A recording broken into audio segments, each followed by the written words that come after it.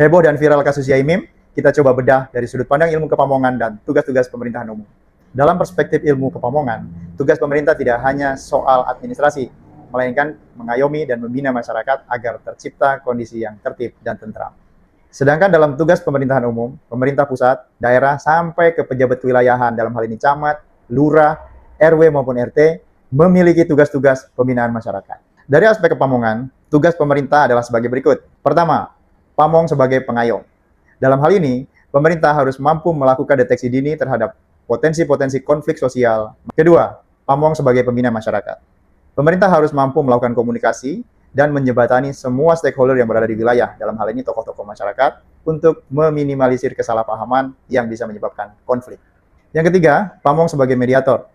Pemerintah kewilayahan harus mampu menjadi penjembatan komunikasi kepada pihak-pihak yang berkonflik agar tidak terjadi konflik terbuka. Yang keempat, Pamong harus menjadi penjaga harmoni sosial. Koordinasi dengan semua sektor, komunikasi dengan masyarakat, pendekatan-pendekatan kepada masyarakat harus dilakukan untuk mencegah dan menciptakan kondisi sosial yang baik. Dari sudut pandang tugas pemerintahan umum, pemerintah sampai ke level pemerintah kewilayahan memiliki tugas-tugas sebagai berikut. Pertama, pembinaan ketentraman dan ketertiban umum. Dalam kasus Yaimim, terjadi kegagalan dalam mendeteksi aktivitas-aktivitas yang berpotensi mengganggu ketertiban umum.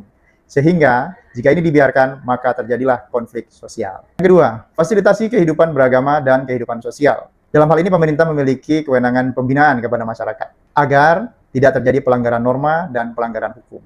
Ketiga, fungsi koordinasi antar instansi dan tokoh masyarakat. Camat, lurah, harus mampu menjaga komunikasi yang baik dengan seluruh stakeholder di wilayah. Dalam hal ini, Babinsa, Babin Kamtipmas, tokoh-tokoh masyarakat, agar tercipta kondusivitas wilayah. Yang keempat, deteksi dini dan penanganan potensi gangguan. Jika deteksi dini dapat dilakukan dengan baik, potensi-potensi permasalahan sosial dapat ditangani lebih cepat agar tidak terjadi konflik yang terbuka. Yang kelima, pelaksanaan nilai-nilai Pancasila dan ketahanan nasional di skala lokal.